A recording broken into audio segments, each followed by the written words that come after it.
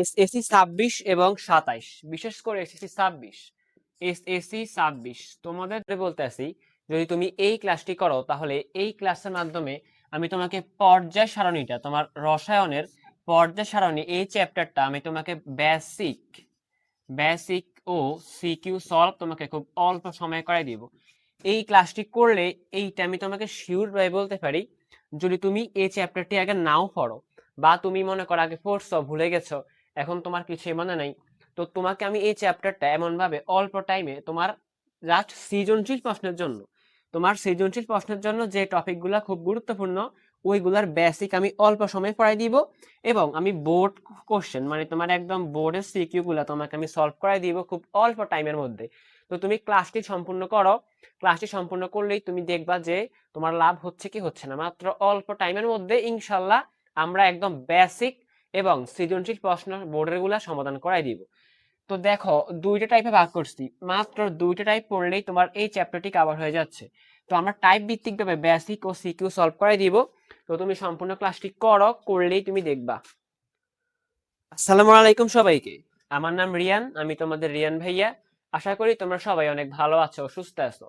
তো ক্লাস 19-এর পর্যায় সারণী, রসায়নের চতুর্থ অধ্যায় পর্যায় সারণী এই চ্যাপ্টারটিতে ক্লাসে তোমাদেরকে স্বাগতম। এই চ্যাপ্টারটিতে আমরা দুইটা টাইপে ভাগ করছি।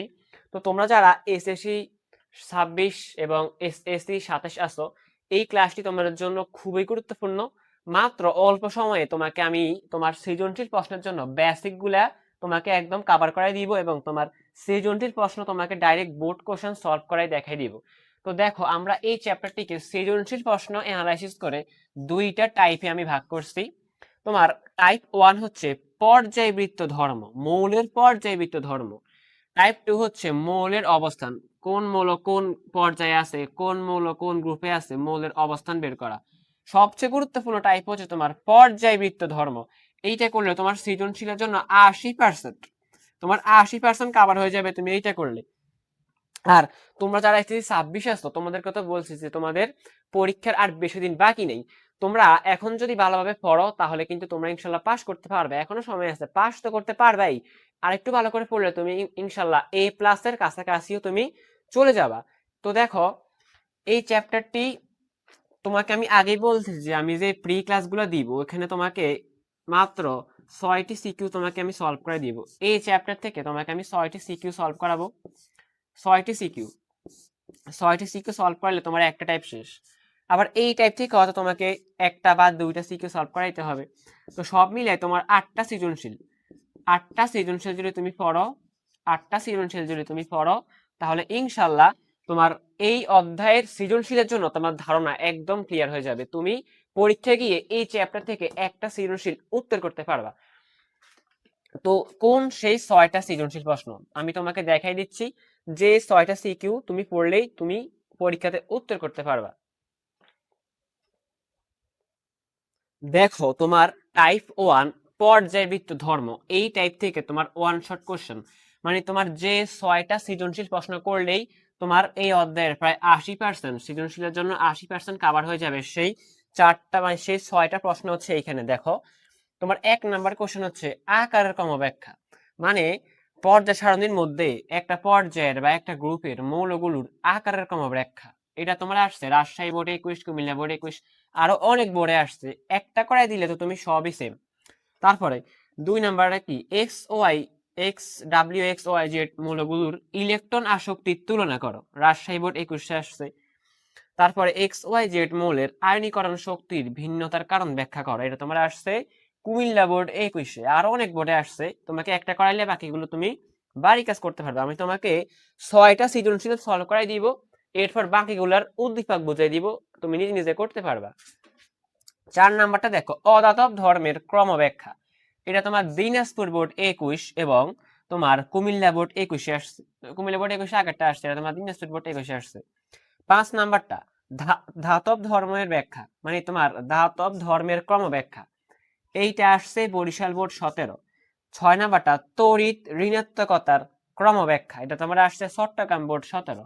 মানে পর্যায় সারণীর মৌলগুলোর একই পর্যায়ের মৌলগুলার, মানে ধাতব ধর্ম, তারপরে তোমার অধাতব ধর্ম, আকার, ব্যাসার্ধ, আয়নীকরণ শক্তি, ইলেকট্রন আসক্তি, তড়িৎ ঋণাত্মকতা, এইগুলার ক্রমব্যাখ্যা, একই পর্যায়ের বা একই গ্রুপের মৌলগুলোর মধ্যে আকারের তুলনা, ধাতব ধর্মের তুলনা, ইলেকট্রন আসক্তির তুলনা, তারপরে তোমার তড়িৎ ঋণাত্মকতার তুলনা, আয়নীকরণ শক্তির ক্রমব্যাখ্যা, এগুলো তোমার আসবে। মোট 6টা জিনিস, মোট তোমার 6টা জিনিস এবং তোমার 6টা সৃজনশীল সলভ করতে হবে। দেখো, আকার ব্যাসার্ধ, ইলেকট্রন আসক্তি, আয়নীকরণ শক্তি, অধাতব ধর্ম, ধাতব ধর্ম, তড়িৎ ঋণাত্মকতা, মোট 6টা জিনিস। তো দেখো আমরা একটা একটা করে তোমাকে 6টা জিনিসই তোমাকে এখনই সলভ করাই দিব, আর বেসিক গুলো আমরা আগে দেখে ফেলি। তো চলো আমরা আগে বেসিক গুলো শিখে ফেলি, তারপর আমরা সৃজনশীল প্রশ্ন একদম বোর্ড সহ, বোর্ডের সৃজনশীল প্রশ্নগুলো আমরা সমাধান করাই দিব।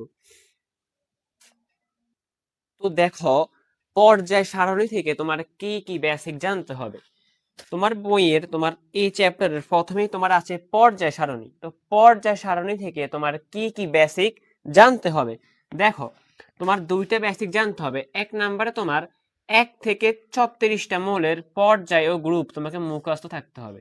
আমি তোমাকে বিষয়টা ক্লিয়ার করতেছি। দেখো, তোমার পর্যায় সারণী তুমি আগে খুলবা। তোমার এই যে পর্যায় সারণী, তোমার পর্যায় সারণীর এই যে তোমার এই যে 1 নাম্বার মৌলকে হাইড্রোজেন, যে 1 নাম্বার মৌল তোমার কি হাইড্রোজেন, এই হাইড্রোজেন থেকে তোমার একেবারে তোমার লাস্ট পর্যন্ত, হাইড্রোজেন থেকে তোমার এই যে তোমার এই 36 নাম্বার, হ্যাঁ, তোমার এই 36 নাম্বার মৌল, এই যে ক্রিপ্টন, এই পর্যন্ত এরা কোন, কে কোন গ্রুপে আছে, কে কোন পর্যায়ে আছে, তোমাকে ওইটা মুখস্থ করতে হবে। মানে কোন পর্যায়ে আছে এবং কোন গ্রুপে আছে ওইটা মুখস্থ করতে হবে। কেন? কারণ তোমার উদ্দীপক, তোমার সৃজনশীলের উদ্দীপক ধরতে এটা তোমার কাজে লাগবে। সৃজনশীলের উদ্দীপক ধরতে তোমার এটা কাজে লাগবে। তুমি উদ্দীপক ধরতে পারবা, উদ্দীপক। এই অধ্যায়টা তুলনামূলক অনেক সহজ, কিন্তু পোলাফাইন আটকায় হচ্ছে কোথায়, তোমার সৃজনশীল প্রশ্নের উদ্দীপক ধরতে গিয়ে সে মানে আটকায় যায়। তো উদ্দীপক ধরতে পারবা যদি তুমি 1 থেকে 36টা মৌলের কে কোন পর্যায়ে আছে, কে কোন গ্রুপে আছে, তুমি ওইটা জানো। দেখো, আমি তোমাকে বুঝাচ্ছি। মনে করো এই যে তোমার হাইড্রোজেন, হাইড্রোজেন তোমার কোন গ্রুপে আছে। দেখো, হাইড্রোজেন তোমার 1 নাম্বার পর্যায়ের এবং তোমার 1 নাম্বার গ্রুপেই আছে। তো হাইড্রোজেনের অবস্থান কোথায়?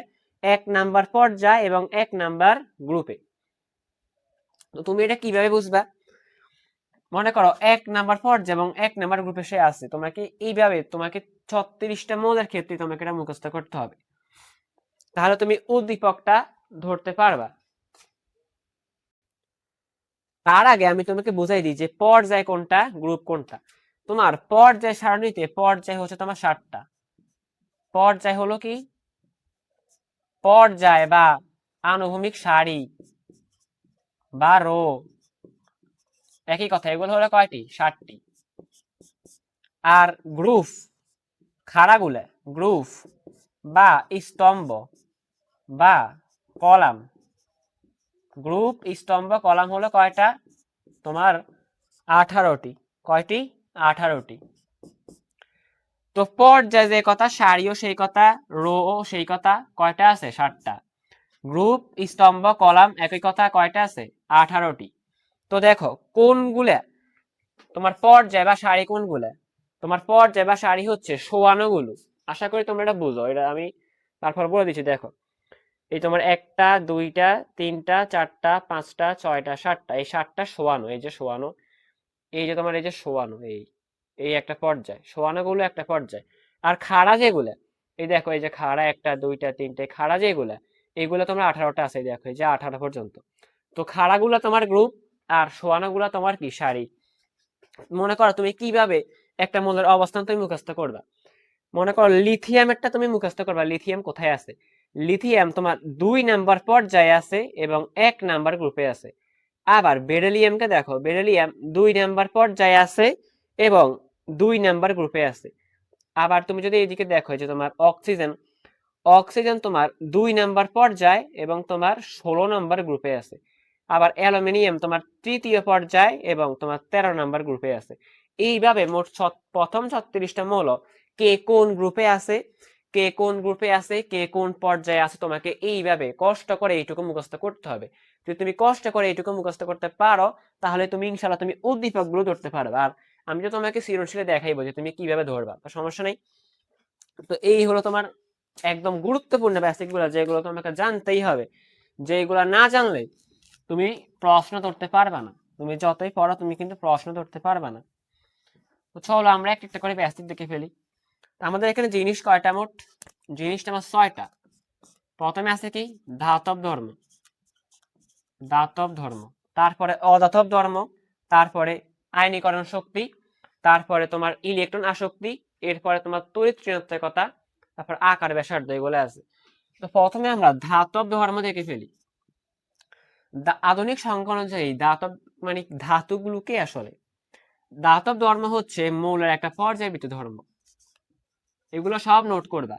ধাতব ধর্ম হচ্ছে মৌলের একটি পর্যায়বৃত্ত ধর্ম, মৌলের একটি পর্যায়বৃত্ত ধর্ম।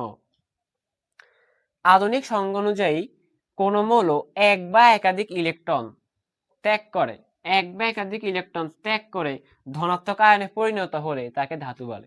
তাহলে ধাতু কি? ধাতু হচ্ছে কোন মৌল এক বা একাধিক ইলেকট্রন ত্যাগ করে ধনাত্মক আয়নে পরিণত হলে তাকে ধাতু বলে। মনে করো সোডিয়াম তোমার একটা ইলেকট্রন ত্যাগ করে সে হয়ে গেছে কি সোডিয়াম প্লাস, তাহলে সোডিয়ামটা কি তোমার ধাতু।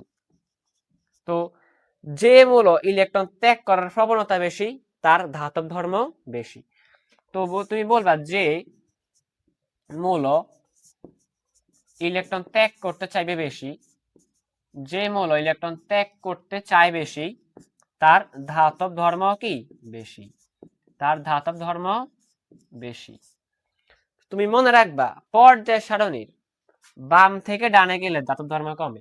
এবার তোমার মেইন লাইন গুলা দেখো, মেইন লাইন এগুলো সব নোট করবা, এগুলো তোমার সৃজনশীলে কাজে লাগবে।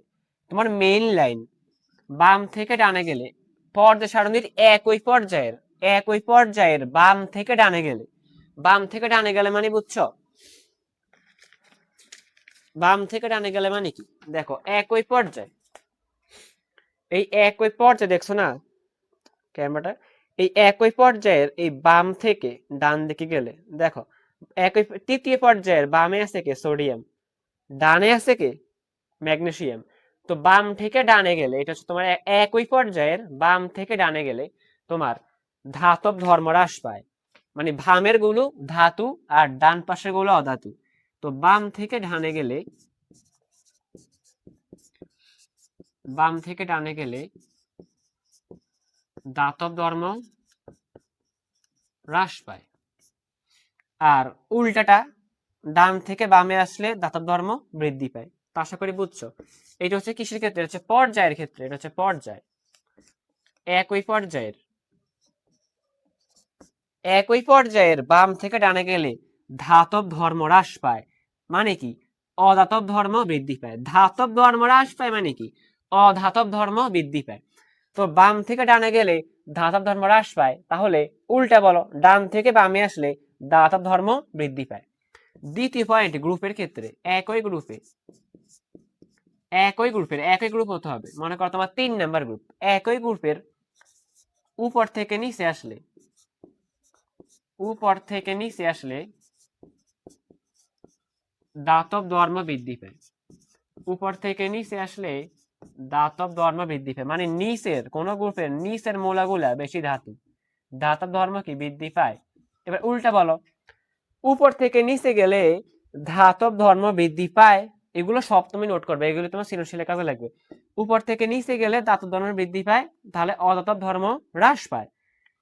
উল্টা বলো, উপর থেকে নিচে গেলে ধাতব ধর্ম বৃদ্ধি পায়, তাহলে নিচ থেকে উপরে গেলে ধাতব ধর্ম হ্রাস পায়।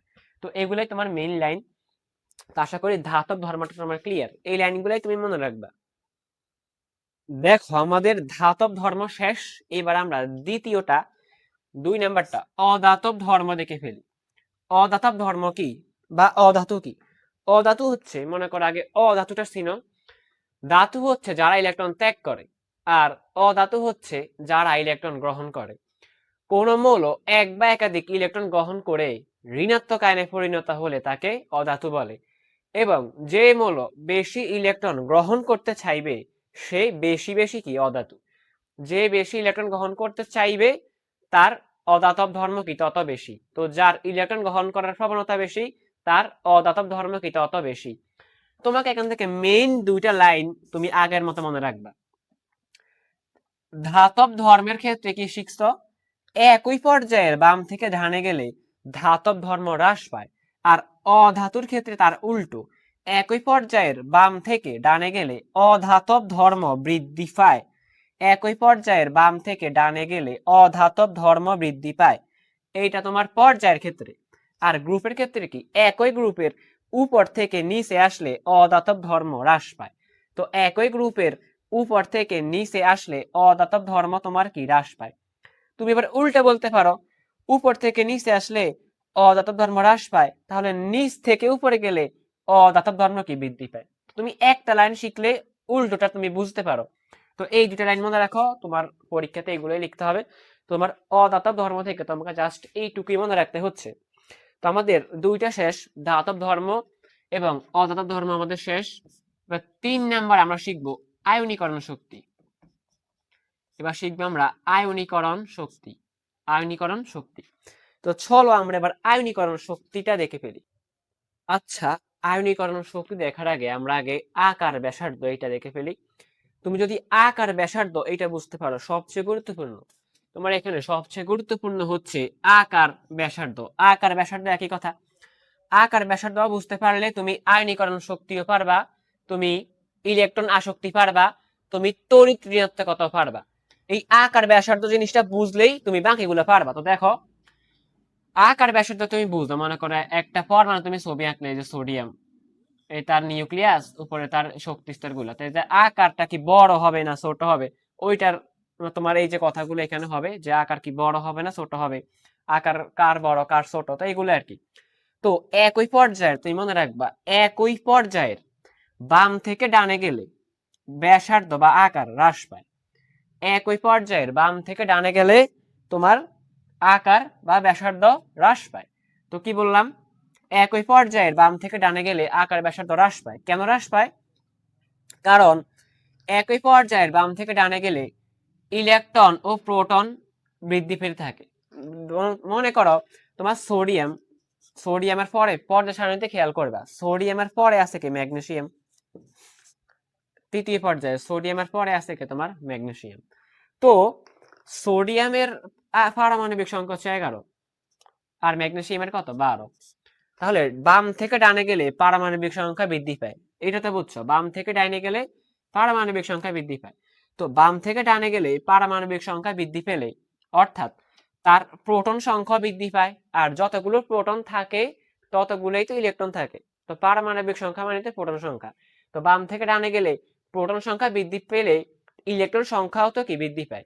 তো ইলেকট্রন আর প্রোটন প্লাস মাইনাস একে অপরকে আকর্ষণ করে, প্রোটন প্লাস ইলেকট্রন মাইনাস, তো একে অপরকে আকর্ষণ করে। তো আকর্ষণের কারণে মনে করো তোমার নিউক্লিয়াসে থাকে কি তোমার প্রোটন, নিউক্লিয়াসে থাকে কি তোমার প্রোটন, আর শক্তিস্তর গুলোতে কি থাকে তোমার ইলেকট্রন, ইলেকট্রন থাকে।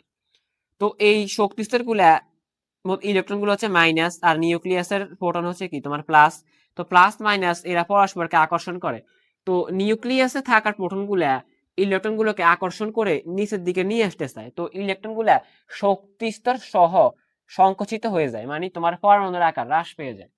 তো বাম থেকে ডানে গেলে পারমাণবিক সংখ্যা বৃদ্ধি পায়, অর্থাৎ ইলেকট্রন সংখ্যা ও প্রোটন সংখ্যা বৃদ্ধি পায়। আর ইলেকট্রন সংখ্যা ও প্রোটন সংখ্যা বৃদ্ধি পেলে তোমার কি ব্যাসার্ধ কমে, ব্যাসার্ধ কমে, কারণ ইলেকট্রন সংখ্যা প্রোটন সংখ্যা বাড়লে আকর্ষণটাও বেড়ে যায়। তাই ইলেকট্রন গুলা শক্তিস্তর সহ কি নিউক্লিয়াসের দিকে সংকুচিত হয়ে যায়। তো তোমার ইলেকট্রন সংখ্যা প্রোটন সংখ্যা বাড়লে এদের মধ্যকার আকর্ষণ বল বৃদ্ধি পায়, আর আকর্ষণ বৃদ্ধি পাইলে ব্যাসার্ধ গুলাও কি কমে যায়, ব্যাসার্ধ গুলাও কমে যায়। এই জন্য বাম থেকে ডানে গেলে তোমার কি ব্যাসার্ধ হ্রাস পায়। আবার গ্রুপের ক্ষেত্রে একই গ্রুপের মনে করো শুধু 4 নাম্বার গ্রুপের, শুধু 5 নাম্বার গ্রুপের, মানে নির্দিষ্ট একটা গ্রুপ নিয়ে বলতে হবে, একই গ্রুপের উপর থেকে নিচে আসলে আকার বৃদ্ধি পায়। কেন বৃদ্ধি পায়? কারণ উপর থেকে নিচে গেল তোমার পারমাণবিক সংখ্যা বৃদ্ধি পাইল, তোমার যে ইলেকট্রনের আকর্ষণ গুলা, মানে তোমার প্রোটন ও ইলেকট্রনের আকর্ষণ গুলার কারণে তোমার আকার যতটুকু হ্রাস পায়, আবার একটা নতুন শক্তি স্তর অ্যাড হয়ে যায়, তার কারণে কি তোমার আকার আবার বৃদ্ধি পায়। তো এত কিছু না বুঝলে নাই, তুমি জাস্ট মনে রাখো একই গ্রুপের উপর থেকে নিচে আসলে আকার বৃদ্ধি পায়। একই গ্রুপের উপর থেকে নিচে আসলে তোমার একটা পরমাণুর আকার বা ব্যাসার্ধ কি বৃদ্ধি পায়। তো এইটাই তোমার মেইন কথা, এই দুইটা কথা মনে রাখো, তাহলেই তোমার হয়ে যাচ্ছে। বাম থেকে ডানে গেলেই ব্যাসার্ধ হ্রাস পায়, আর গ্রুপের ক্ষেত্রে উপর থেকে নিচে আসলে আকার বৃদ্ধি পায়, এই দুইটাই মেইন কথা। এই দেখো তোমার সৃজনশীলের জন্য সবচেয়ে গুরুত্বপূর্ণ টপিক তোমার আকার ব্যাসার্ধ। তুমি জাস্ট এই দুইটা লাইন মনে রাখলে তুমি আয়নীকরণ শক্তি, তোমার ইলেকট্রন আসক্তি, তোমার তড়িৎ ঋণাত্মকতা, আয়নীকরণ শক্তি, ইলেকট্রন আসক্তি, তড়িৎ ঋণাত্মকতা, ধাতব ধর্ম, অধাতব ধর্ম, তুমি সবগুলোই ব্যাখ্যা করতে পারবা জাস্ট তুমি এই দুইটা লাইন মনে রাখো আকার ব্যাসার্ধ থেকে। বাম থেকে ডানে গেলে ব্যাসার্ধ কমে, একই পর্যায়ের বাম থেকে ডানে গেলে ব্যাসার্ধ কমে। আর গ্রুপের ক্ষেত্রে কি একই গ্রুপের উপর থেকে নিচে গেলে ব্যাসার্ধ বাড়ে। তো তুমি এবার মনে রাখবা যে ব্যাসার্ধের সাথে এই অধ্যায়ের মোস্ট ইম্পর্টেন্ট জায়গাটায় তোমার এখানে একদম গুরুত্বপূর্ণ জায়গাটা বলতে পারো তোমার এই জায়গায়। তুমি যদি এইটুকু বুঝতে পারো তোমার ইনশাল্লাহ তুমি সৃজনশীল পারবা। দেখো তোমাকে দুইটা পয়েন্ট মনে রাখতে হবে, ব্যাসার্ধ তোমার কমলে কি হয় বাড়লে কি হয়, আর ব্যাসার্ধের সাথে অন্যগুলার সম্পর্ক। তোমার ব্যাসার্ধের সাথে আয়নীকরণ শক্তি, ইলেকট্রন আসক্তি, তড়িৎ ঋণাত্মকতা, অধাতব ধর্ম, এই চারটা জিনিস, আয়নীকরণ শক্তি, ইলেকট্রন আসক্তি, তড়িৎ ঋণাত্মকতা, অধাতব ধর্ম, ব্যাসার্ধের সাথে এই চারটা জিনিসের সম্পর্ক উল্টা। ভালোভাবে মনে রাখো ব্যাসার্ধের সাথে এই চারটা জিনিসের সম্পর্ক তোমার উল্টা, মানে ব্যস্তানুপাতিক। মানে ব্যাসার্ধ বাড়লে এগুলা কমবে, ব্যাসার্ধ কমলে এগুলা বাড়বে। আর দ্বিতীয় পয়েন্ট, ব্যাসার্ধ কমলে তোমার ধাতব ধর্ম, শুধু একটা জিনিসই ধাতব ধর্মের সাথে সম্পর্কটা শুধু তোমার সোজা, মানে ব্যাসার্ধ কমলে ধাতব ধর্ম কমে, ব্যাসার্ধ বাড়লে ধাতব ধর্ম কি তোমার বাড়ে। তো ব্যাসার্ধের সাথে বা আকারের সাথে তোমার সবগুলা জিনিসের সম্পর্কই উল্টো, শুধু ধাতব ধর্মের সাথে এটা তোমার বাবদা, মানে সোজা। তো দেখো ব্যাসার্ধ যদি কমে আয়নীকরণ শক্তি কি বাড়ে, ব্যাসার্ধ যদি কমে ইলেকট্রন আসক্তি কি বাড়ে, ব্যাসার্ধ কমলে তড়িৎ ঋণাত্মকতা বাড়ে, ব্যাসার্ধ কমলে অধাতব ধর্ম কি বাড়ে। আবার উল্টে বলো, যদি ব্যাসার্ধ বেড়ে যায় তাহলে এবার কি আয়নীকরণ শক্তি কমে যাবে, ব্যাসার্ধ বেড়ে গেলে ইলেকট্রন শক্তি কমে যাবে, মানে জাস্ট উল্টা। ব্যাসার্ধ কমলে তড়িৎ ঋণাত্মকতা কমবে, ব্যাসার্ধ কমলে অধাতব ধর্ম কি কমবে। তো ব্যাসার্ধের সাথে এগুলো সম্পর্ক উল্টা। দ্বিতীয় পয়েন্ট, ব্যাসার্ধ কমলে ধাতব ধর্ম কমবে, শুধু এই একটার মধ্যে বাবদা সম্পর্ক, মানে সোজা। এখানে খালি উল্টা না, ব্যাসার্ধ কমছে ধাতব ধর্ম কি কমছে, ব্যাসার্ধ বাড়ছে ধাতব ধর্ম কি বাড়বে। তো এগুলো তুমি নোট করে রাখো, আলাদা আলাদা 5টা পয়েন্টে নোট করবা। আয়নীকরণ শক্তি লিখে তুমি লিখবে, আয়নীকরণ শক্তি লিখে তুমি লিখবে ব্যাসার্ধ কমলে আয়নীকরণ শক্তি বাড়ে। আবার ইলেকট্রন আসক্তি লিখে লিখবা ব্যাসার্ধ কমলে ইলেকট্রন আসক্তি বাড়ে। এইভাবে ব্যাসার্ধ কমলে আবার তড়িৎ ঋণাত্মকতা বাড়ে, ব্যাসার্ধ কমলে অধাতব ধর্ম বাড়ে। আর একটা পয়েন্টে লিখবা ব্যাসার্ধ কমাইলে ধাতব ধর্ম কি ধাতব ধর্ম কমে। তো এইগুলো তোমার মোস্ট ইম্পর্টেন্ট। তো ব্যাসার্ধের জন্য তুমি মাত্র দুইটা লাইন শিখবা, একই পর্যায়ের বাম থেকে ডানে গেলে ব্যাসার্ধ কমে, গ্রুপের বেলায় কি একই গ্রুপের, এইটা একই গ্রুপের উপর থেকে নিচে গেলে ব্যাসার্ধ বাড়ে, মানে একই গ্রুপের উপর থেকে নিচে গেলে তোমার কি ব্যাসার্ধ বাড়ে। তো ব্যাসার্ধের জন্য এই দুইটা লাইন মুখস্থ করো, আর ব্যাসার্ধর সাথে অন্যগুলোর সাথে তুলনা করে তুমি অ্যান্সার করবা, ব্যাসার্ধের সাথে তুমি অন্যগুলোরটা তুলনা করে অ্যান্সার করবা। তুমি ব্যাসার্ধের ক্ষেত্রে জানো ব্যাসার্ধ কখন কমে ব্যাসার্ধ কখন বাড়ে, তাহলে ওইগুলোটাও তুমি এই সম্পর্কের সাথে মিলাই বলতে পারবা যে ব্যাসার্ধ কমছে তাহলে আয়নীকরণ শক্তি বাড়ছে, এইভাবে তুমি বলতে পারবা। তো দেখো এখন আমরা আয়নীকরণ শক্তিটা লিখে ফেলি। আয়নীকরণ শক্তি, আয়নীকরণ শক্তিটা আমরা এখন করতেছি যে আয়নীকরণ শক্তি, আয়নীকরণ শক্তি কখন বাড়বে আমরা কি জানি, ব্যাসার্ধের ক্ষেত্রে একই পর্যায়ের বাম থেকে ডানে গেলে ব্যাসার্ধ কমে, মানে তুমি ব্যাসার্ধকে ইউজ করে সবগুলোর ব্যাখ্যা দিবা। তুমি ব্যাসার্ধকে ইউজ করে আয়নীকরণ শক্তি, ইলেকট্রন আসক্তি, এই বেগ সবগুলোর ব্যাখ্যা তুমি এই ব্যাসার্ধের মাধ্যমে দিবা।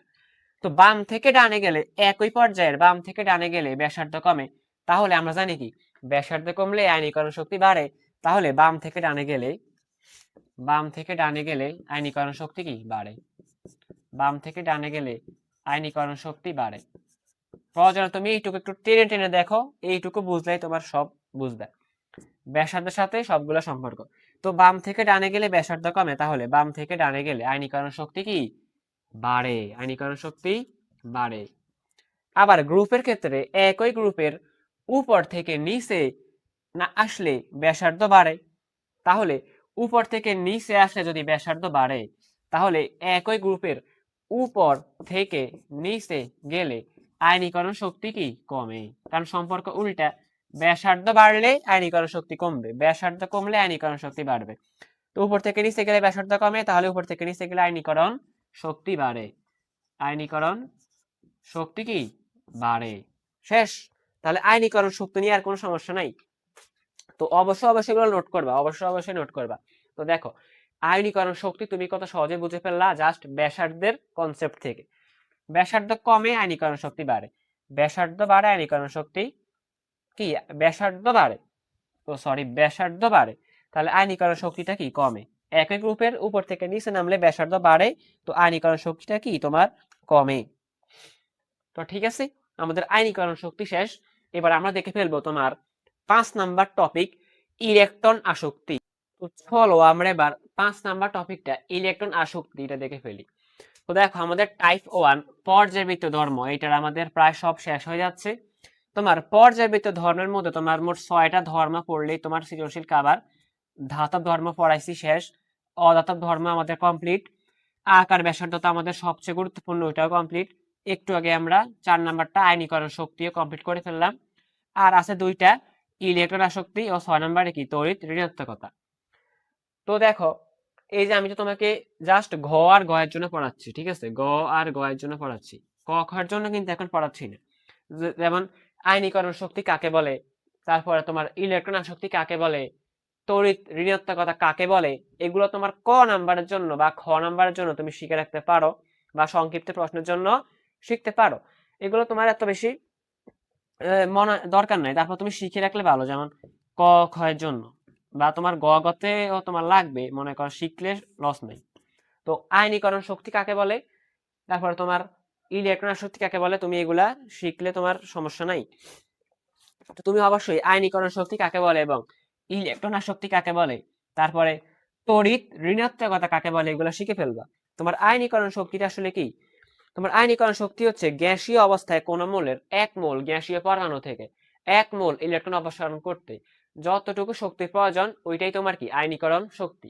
তো তুমি যখন তোমার পরীক্ষায় ঘ নাম্বারে আয়নীকরণ শক্তির ক্রম ব্যাখ্যা করতে বলবে, তখন তুমি আগে আয়নীকরণ শক্তি কাকে বলে এটা আগে লিখবে। এখন সেম আমরা ইলেকট্রন আসক্তি দেখে ফেলতেছি।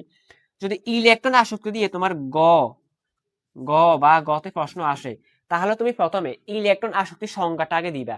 তো ইলেকট্রন আসক্তি কি, ইলেকট্রন আসক্তি হচ্ছে গ্যাসীয় অবস্থায় কোন মোলের 1 মোল মানে ইলেকট্রন করতে তোমার ঋণাত্মক 1 মোল ঋণাত্মক আয়ন পরিণত করতে, মানে তোমার 1 মোল ইলেকট্রন তোমার গ্রহণ করে। তোমার ইলেকট্রন আসক্তি মানে কি, ইলেকট্রনের প্রয়োজন, তার ইলেকট্রন দরকার। তো 1 মোল ইলেকট্রন গ্রহণ করে 1 মোল ঋণাত্মক আয়নে পরিণত হতে তোমার যে শক্তির প্রয়োজন, তোমার যে শক্তি নির্গত হয়, এখানে হচ্ছে কি শক্তি নির্গত হয়, ওইটাই তোমার কি আয়নীকরণ, মানে তোমার ইলেকট্রন আসক্তি। তো তুমি ইলেকট্রন আসক্তি কাকে বলো তোমার বইয়ে আছে, তুমি এটা শিখে ফেলবা, সংজ্ঞাগুলো তুমি মুখস্থ করে ফেলবা। এখানে তো আর এত কিছু বলে লাভ নাই, এগুলো তুমি মুখস্থ করে ফেলবা, ঠিক আছে। তো ইলেকট্রন আসক্তি কাকে বলে তুমি এটা অবশ্যই মুখস্থ করে ফেলবা। দেখো বাম কোন পর্যায়ের একই পর্যায়ের বাম থেকে ডানে গেলে ব্যাসার্ধ কমে, তাহলে একই পর্যায়ের বাম থেকে ডানে গেলে ইলেকট্রন আসক্তি কি বাড়ে, কারণ ব্যাসার্ধ কমে, তাহলে ইলেকট্রন আসক্তি কি করবে বাড়বে। আবার একই গ্রুপের উপর থেকে নিচে গেলে ব্যাসার্ধ কি বাড়ে।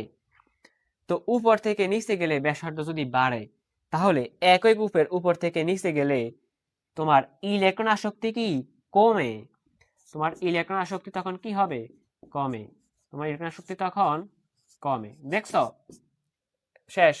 ব্যাসার্ধের এই লাইনগুলো থেকে তুমি সব ব্যাখ্যা করতে পারবা। তো সেম তোমার ইলেকট্রন আসক্তি তোমার শেষ।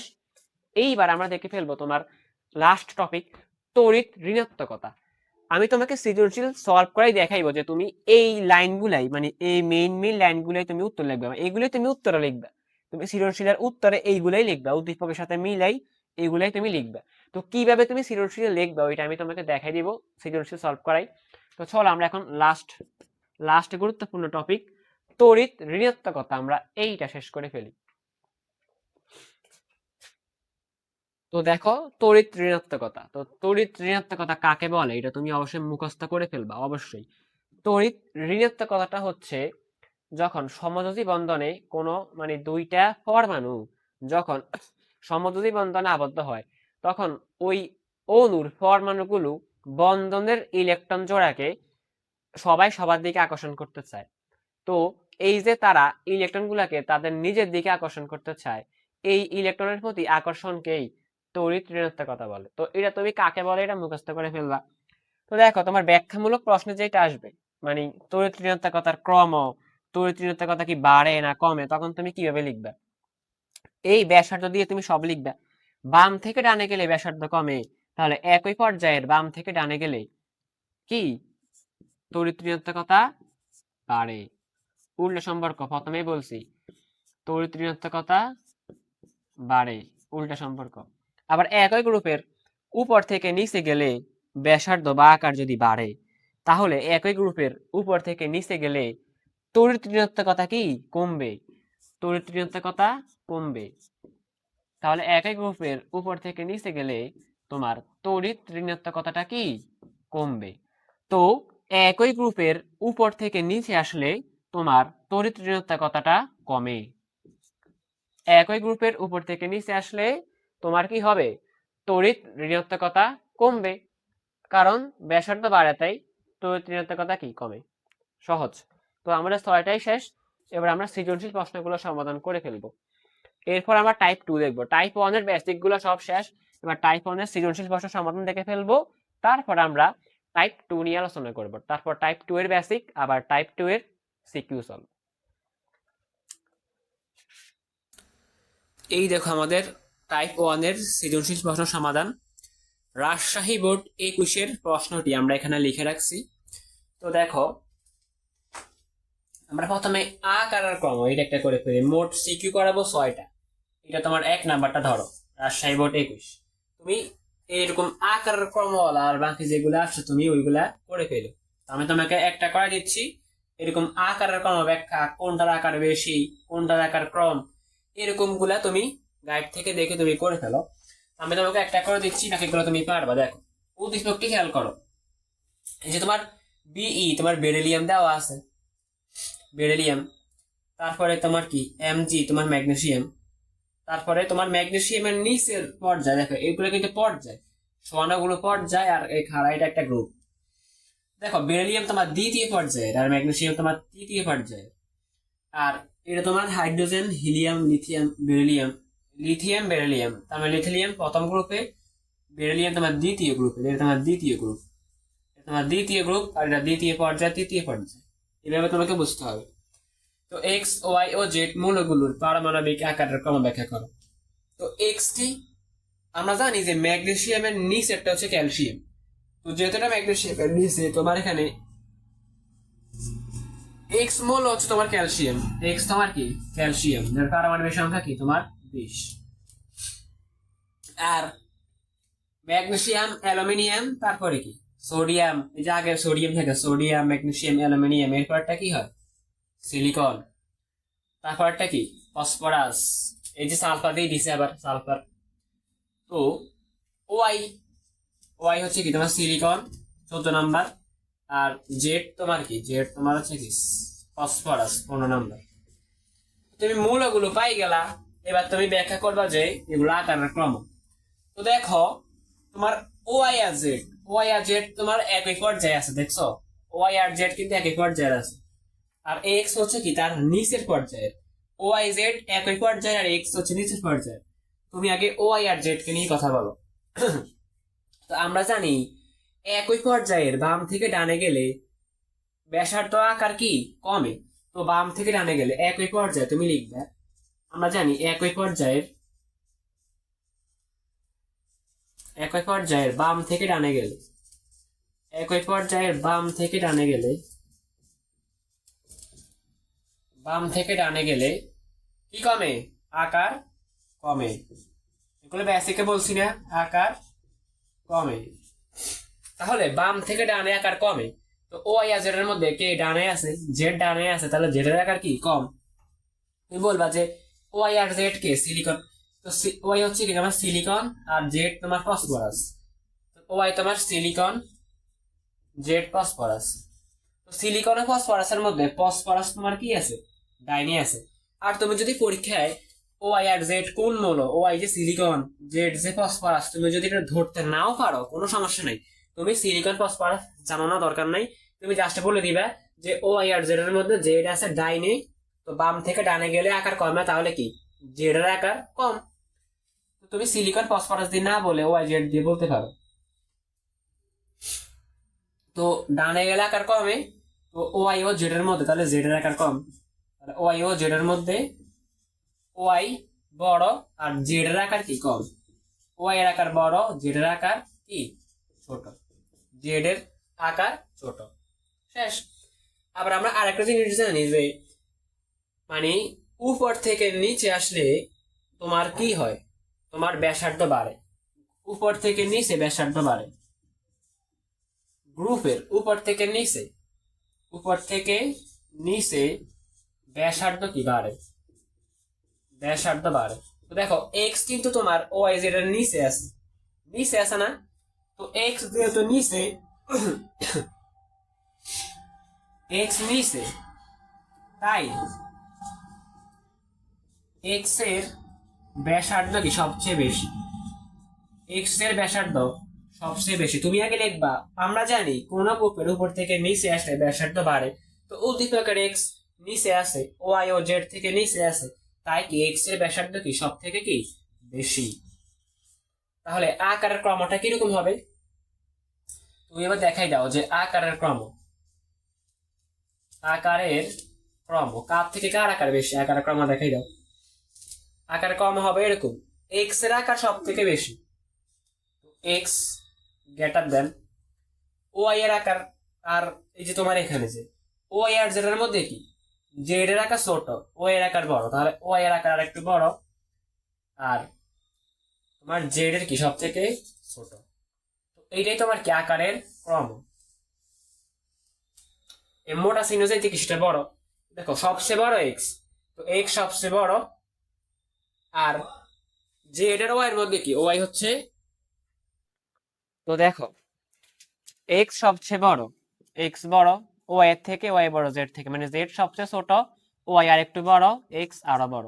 তো এক্স কি? এক্স তোমার ক্যালসিয়াম। তুমি এবার লেখো ক্যালসিয়াম বড়, ওয়াইটা কি ছিল সিলিকন তার থেকে, আর জেড কি ছিল ফসফরাস। তো ফসফরাস থেকে সিলিকন বড়, সিলিকন থেকে ক্যালসিয়াম বড়। এটা তোমার কি আকারের ক্রম। তো দেখছো কত সহজে তুমি আকারের জিনিসটা বুঝে ফেলছো। একদম এইভাবে লিখলেই তুমি ইনশাল্লাহ তুমি 4-4 বা তুমি 4-3 হলো পেয়ে যাবা ইনশাল্লাহ।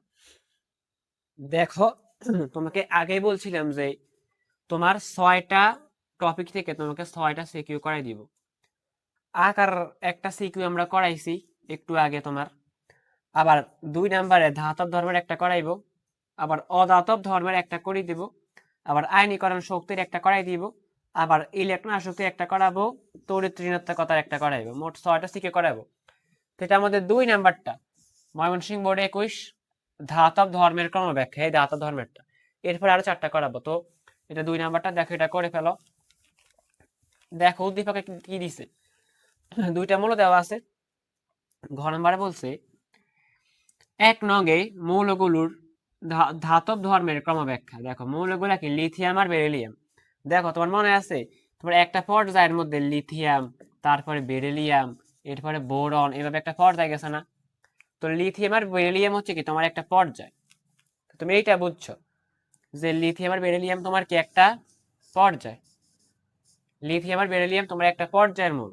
এখানে খারাপভাবে দিছে, অনেকে গ্রুপ ভাবতে পারে, এটা কিন্তু গ্রুপ না, এটা একটা পর্যায়ের মৌল। তোমাকে ঘ নম্বরে বলছে 1 নং-এ মৌলগুলোর ধাতব ধর্মের ক্রম ব্যাখ্যা করো। তো ধাতব ধর্ম কিভাবে ব্যাখ্যা করব? যেহেতু এগুলা পর্যায়ের, তো পর্যায়ের বেলা আমরা কি জানি, আকারের সব তো তুমি আকার দিয়ে ব্যাখ্যা করবা, আকার ব্যাসার্ধ দিয়ে সব ব্যাখ্যা করবা, কি দিয়ে? আকার ব্যাসার্ধ। তো আমরা জানি একই পর্যায়ের বাম থেকে ডানে গেলে, বাম থেকে ডানে গেলে কি হয়? বাম থেকে ডানে গেলে ব্যাসার্ধ কি বাড়ে না কমে? বাম থেকে ডানে গেলে তোমার ব্যাসার্ধ, ব্যাসার্ধ বাম থেকে ডানে গেলে কি ব্যাসার্ধ কমে। তো বামে আছে লিথিয়াম, ডানে আছে বেরিলিয়াম। তো বাম থেকে ডানে গেলে ব্যাসার্ধ যদি কমে, তাহলে ডান থেকে বামে আসলে কি হবে? তো তুমি দেখো, বাম থেকে ডানে গেলে ব্যাসার্ধ যদি কমে, তাহলে ধাতব ধর্ম কি হবে? আমরা জানি ব্যাসার্ধ আর ধাতব ধর্মের সম্পর্ক হচ্ছে কি একদম সোজা। মানে ধাতব ধর্ম বাড়লে ব্যাসার্ধ বাড়বে, ধাতব ধর্ম কমলে ব্যাসার্ধ কি কমবে। অর্থাৎ ব্যাসার্ধ কম, ধাতব ধর্ম কম। তো বাম থেকে ডানে গেলে ব্যাসার্ধ কমে, তাহলে বাম থেকে ডানে গেলে, বাম থেকে ডানে গেলে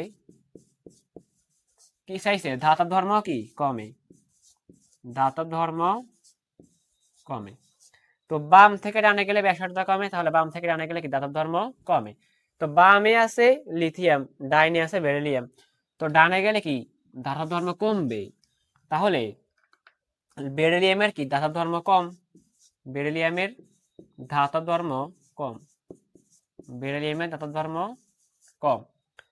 তো এইটা তুমি ব্যাখ্যা দিবা যে ধাতব ধর্মের ক্রম, এটা তোমার ঘ নাম্বারের অ্যান্সার। ধাতব ধর্মের ক্রম হলো, ধাতব ধর্মের, তুমি উদ্দীপক থেকে পাই এই মূলগুলো এগুলো বলে আরেকটা লাইন বাড়াবা, তো সমস্যা নেই। ধাতব ধর্মের ক্রম, ক্রম হলো কি লিথিয়ামের ধাতব ধর্ম কি বেশি, বেরিলিয়ামের কম। কারণ বেরিলিয়ামের ধাতব ধর্ম কি লিখছি কম, তো লিথিয়ামের ধাতব ধর্ম বেশি। তো লিথিয়াম গ্রেটার দেন বেরিলিয়াম। এইটাই তোমার কি অ্যান্সার। তো দেখছো কত সহজে তুমি ধাতব ধর্মের গুলা তুমি তুমি ধাতব ধর্মের গুলো তুমি অ্যান্সার করতে পারো। তো চলো আমরা আবার আরেকটা সিকিউ দেখে ফেলি। দেখো, দিনাজপুর বোর্ড 21-এর এই সৃজনশীল প্রশ্নটা করলে তোমার দুইটা কেস কভার হয়ে যাবে, তোমার দুইটা কোশ্চেন একসাথে সলভ হয়ে যাবে। দেখো, আমাদের 3 নাম্বার কোশ্চেনটা ছিল কি অধাতব ধর্মের ক্রম, যেটা তোমার ঘ নাম্বারে বলছে এক্স ও ওয়াই এর মধ্যে অধাতব ধর্মের ক্রম ব্যাখ্যা করো। 5 নাম্বার কোশ্চেনটা ছিল আমাদের ইলেকট্রন আসক্তির ক্রম। দেখো, ঘ নাম্বারে আছে উদ্দীপকের মৌলগুলোর ইলেকট্রন আসক্তির ক্রম ব্যাখ্যা করো।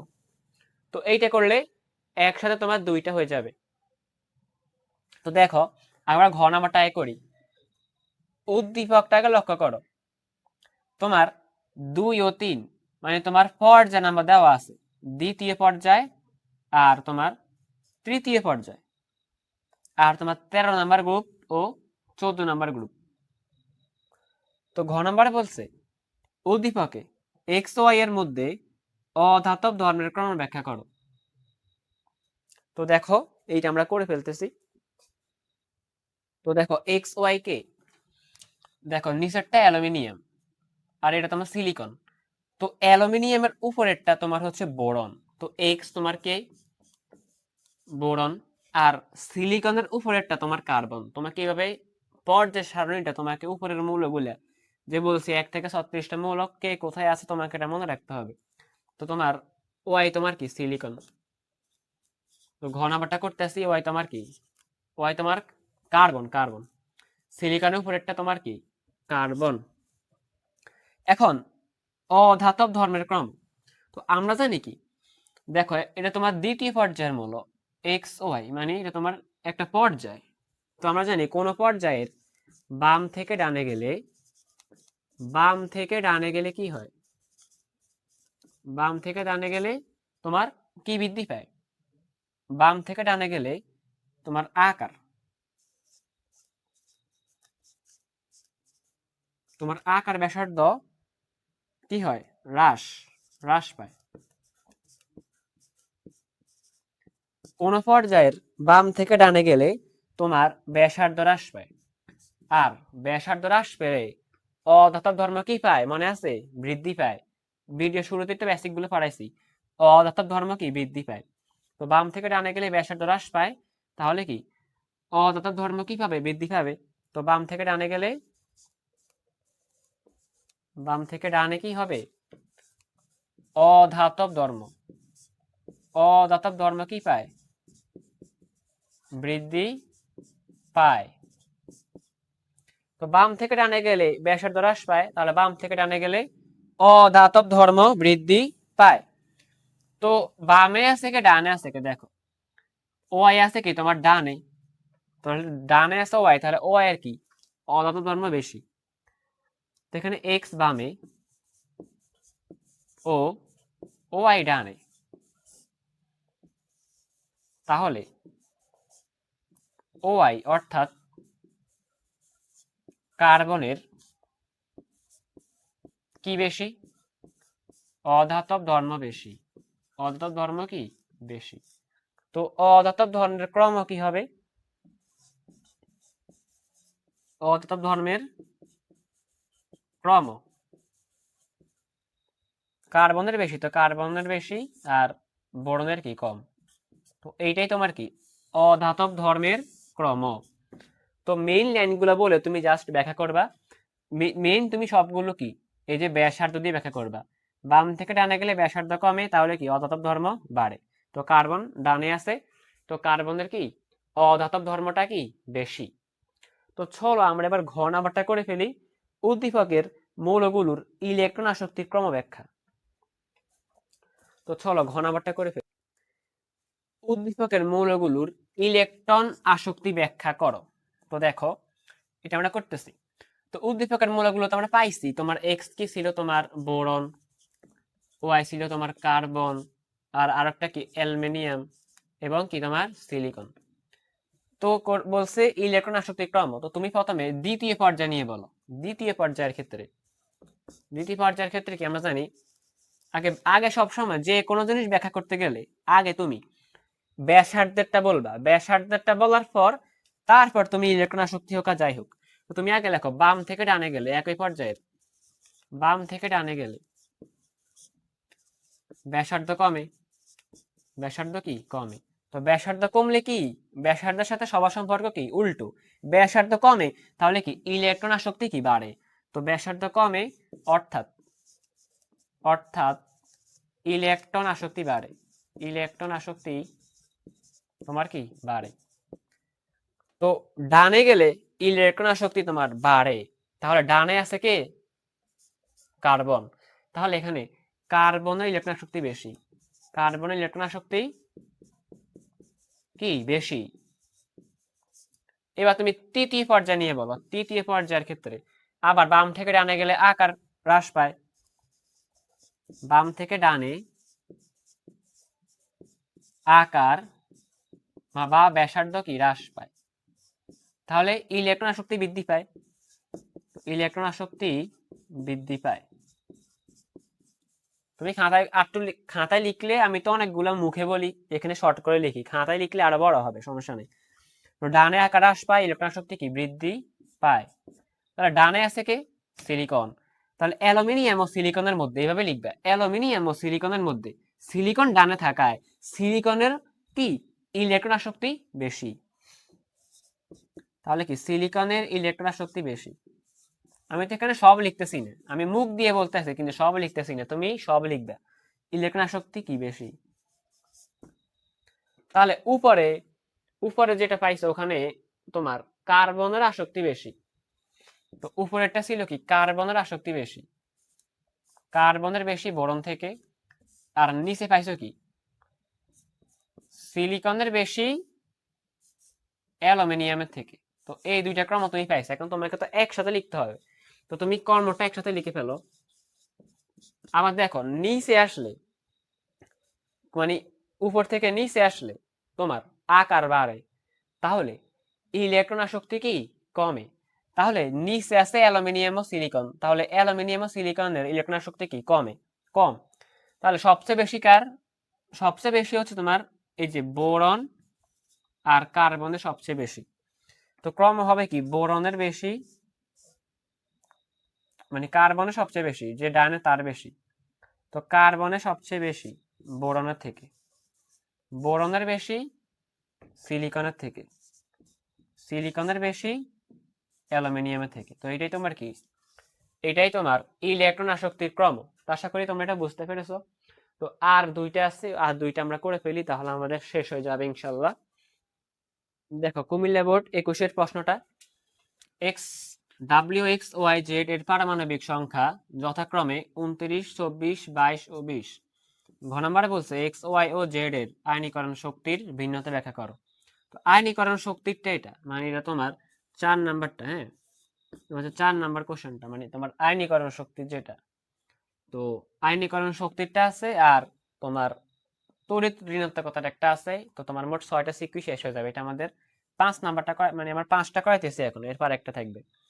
তো তুমি দেখো এক্স এর, তো ডাব্লিউ এর পারমাণবিক সংখ্যা হচ্ছে 29। তো 29 কে কপার, মনে আছে কপার পারমাণবিক সংখ্যা হচ্ছে 29। 1 থেকে 30টা মূল তোমার পারমাণবিক সংখ্যা তো মুখস্থ থাকতেই হবে। পারমাণবিক সংখ্যা, ভর সংখ্যা, এগুলো তো একদম বেসিক, এগুলো মুখস্থ না থাকলে এখনই করে ফেলো। তারপরে এক্স এরটা হচ্ছে 24। তো এক্স এরটা 24, 24 হচ্ছে কি তোমার ক্রোমিয়াম।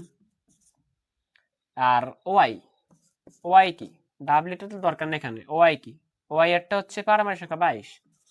22 কার, 22 হচ্ছে তোমার সোডিয়াম, ক্যালসিয়ামের পরে কি স্ক্যান্ডিয়াম, টাইটানিয়াম। 22 তোমার হচ্ছে কি তোমার টাইটানিয়াম।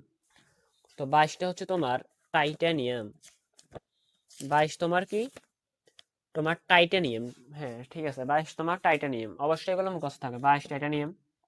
20 কি জেড হচ্ছে তোমার 20 নাম্বারটা, তা তোমার ক্যালসিয়াম। তুমি পাই গেছো ওইগুলা।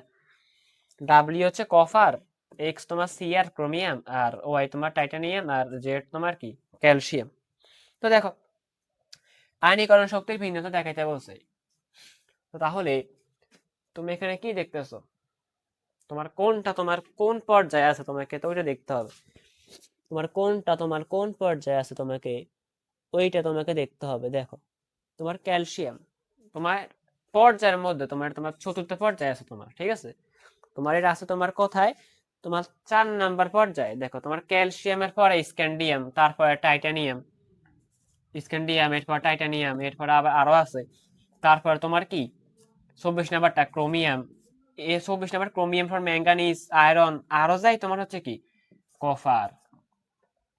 তো তোমার এই 4টার মধ্যে মাঝখানে আরো আছে। তো দেখো পর্যায়ের ক্যালসিয়াম সবচেয়ে বামে, টাইটানিয়াম ডানে, ক্রোমিয়াম আরো ডাইনে, কপার আরো ডাইনে। তো আয়নীকরণ শক্তি ব্যাখ্যা করতে হলে তুমি আগে ব্যাসার্ধেরটা লিখবে।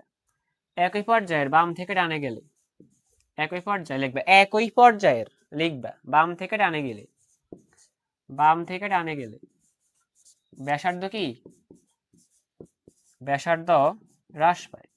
তো একই পর্যায়ের বাম থেকে ডানে গেলে ব্যাসার্ধ যদি হ্রাস পায়, ব্যাসার্ধ হ্রাস পায়, তাহলে আয়নীকরণ শক্তি কি বৃদ্ধি পায়। তো বাম থেকে ডানে গেলে তোমার আয়নীকরণ শক্তি বৃদ্ধি পায়, ব্যাসার্ধ হ্রাস পায়, তাহলে আয়নীকরণ শক্তি কি পায়, বৃদ্ধি পায়। আয়নীকরণ শক্তি তোমার বৃদ্ধি পায়। তো দেখো বাম থেকে ডানে গেলে ব্যাসার্ধ কমে, তো আয়নীকরণ শক্তি বাড়ে। তো ডানে যে আছে তার আয়নীকরণ শক্তি বেশি, তাহলে কপার আয়নীকরণ শক্তি সবচেয়ে বেশি, তারপর ক্রোমিয়ামের বেশি, তারপর টাইটানিয়ামের, তারপর ক্যালসিয়ামের, সবচেয়ে কম ক্যালসিয়ামের। তো এবার তুমি লিখে ফেলো যে আয়নীকরণ শক্তির ক্রম,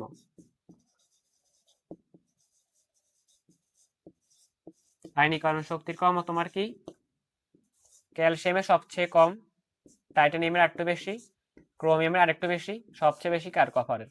তো এইটাই তোমার কি আয়নীকরণ শক্তির ক্রম। তো দেখছো তুমি ব্যাসার্ধ দিয়ে তুমি এগুলো ব্যাখ্যা করে দিবে। আর পর্যায় সারণীর মূলগুলো কে কোন পর্যায়ে আছে, বিশেষ করে 1 থেকে 30টা হাইড্রোজেন থেকে জিঙ্ক পর্যন্ত কে কোন গ্রুপে আছে, কোন পর্যায়ে আছে, ওইগুলা তোমাকে মুখস্থ করতে হবে, এটা প্রথমে বলছি। আর একটা করাইলে তোমার শেষ। দেখো আমাদের একদম লাস্ট সৃজনশীল প্রশ্নটা, একদম লাস্ট সিকিউটা, বরিশাল 17, এটা তোমার 6 নাম্বারটা। বলছি না 6টা সিকিউ করাই দিব, তোমার অধ্যায়ের প্রায় 80% কভার।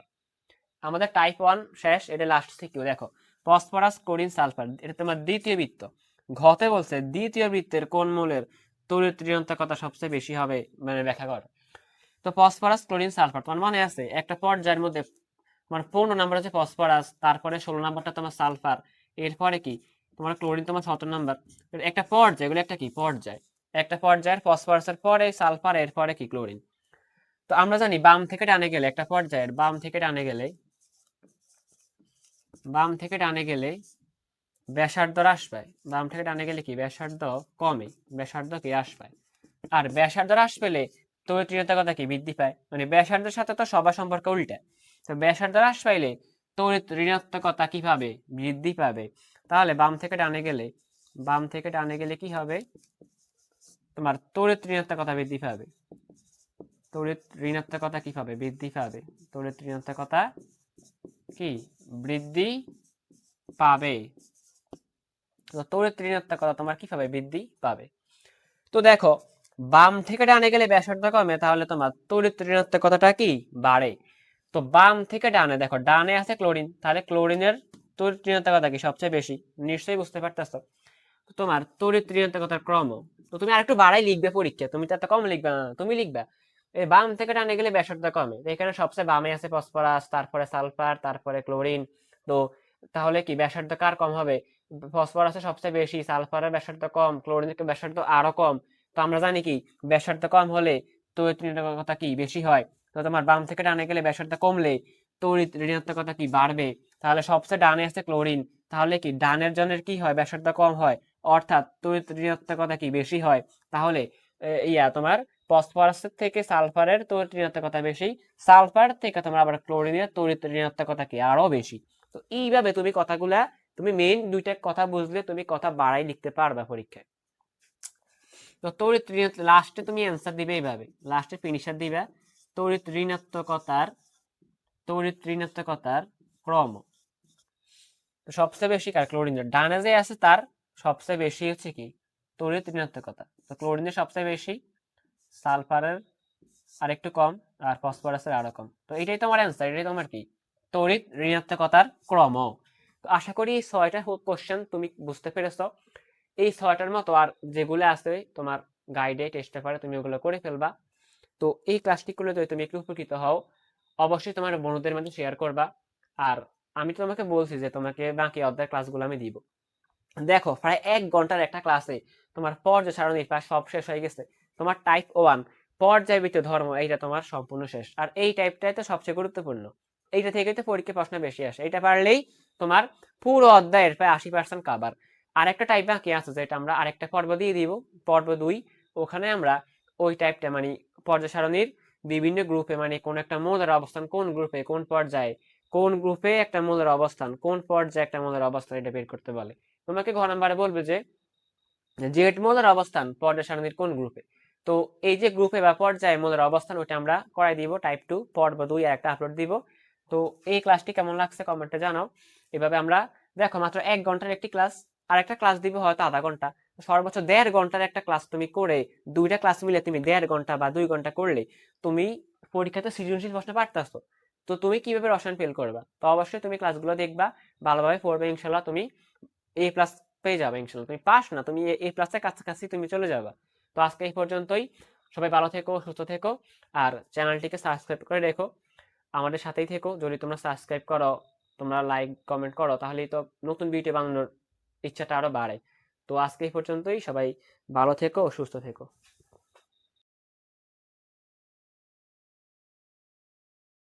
আসসালামু আলাইকুম সবাইকে।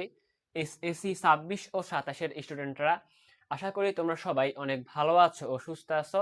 আমি তোমাদের সাথে আছি, তোমাদের রিয়ান ভাইয়া। তো আজকে তোমাদেরকে স্বাগতম আমাদের পর্যায় সারণীর দ্বিতীয় লেকচারে। তোমাদের রসায়নের ক্ষেত্রে আমি তোমাদেরকে বলেছিলাম যে আমি তোমাদের শর্ট সিলেবাসে যে অধ্যায়গুলো আছে ওইগুলোর উপরে আমি ওয়ান শট ক্লাস দিব, যেগুলো করলে তোমার এই শেষ সময়ে একটা গোছানো প্রস্তুতি হয়ে যাবে।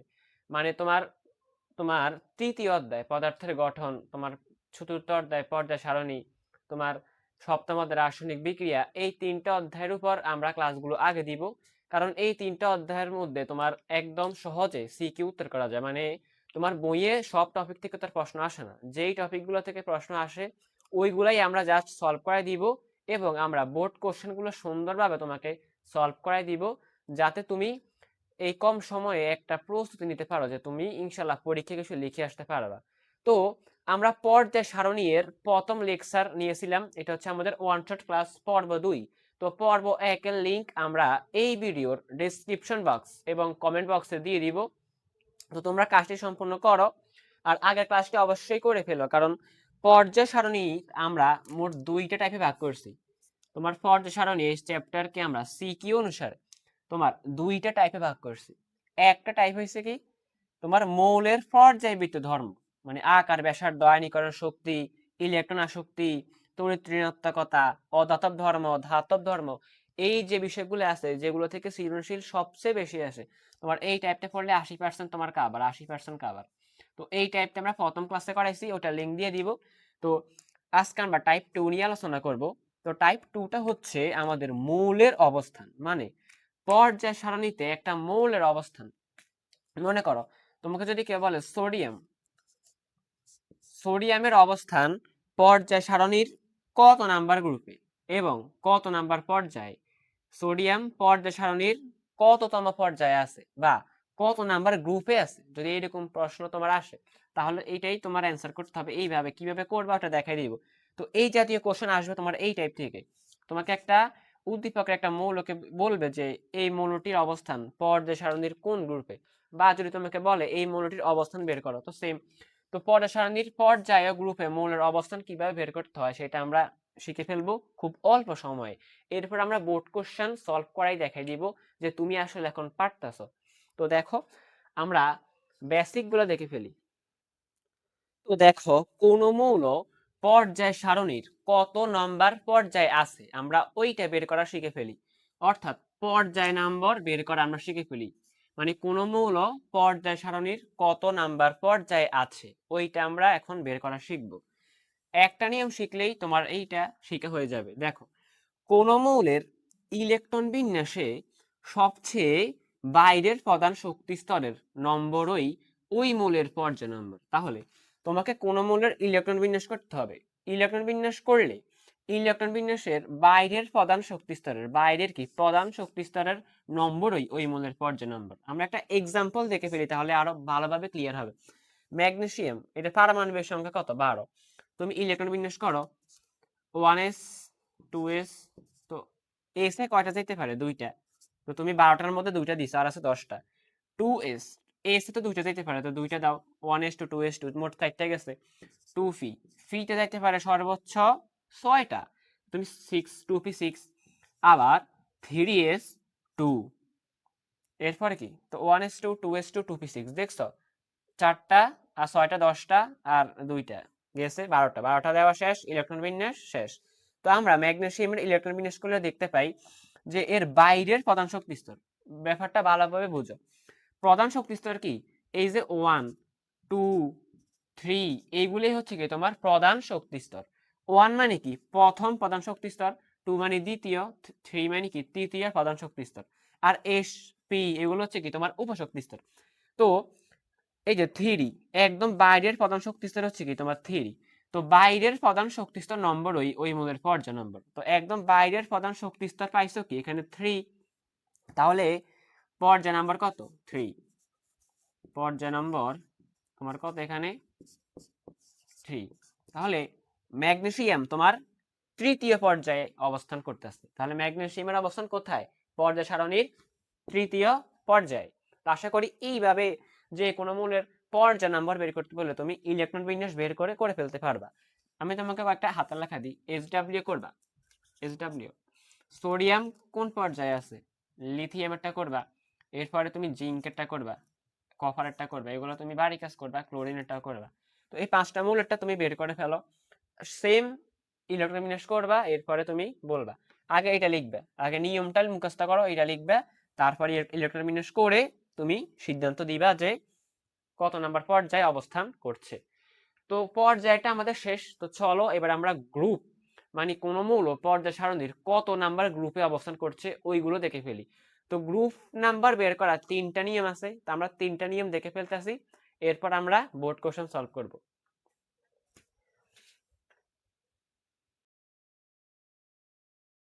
বের করার নিয়মগুলো, গ্রুপ নাম্বার তুমি কিভাবে বের করবা? কোনো একটা মৌল পর্যায় সারণীর তোমার কত নাম্বার গ্রুপে অবস্থান করছে ওইটাই আমরা বের করতেছি। তো গ্রুপ নাম্বার বের করার 3টা নিয়ম শিখতে হবে। প্রথম নিয়মটা এখানে লিখে রাখছি, দেখো।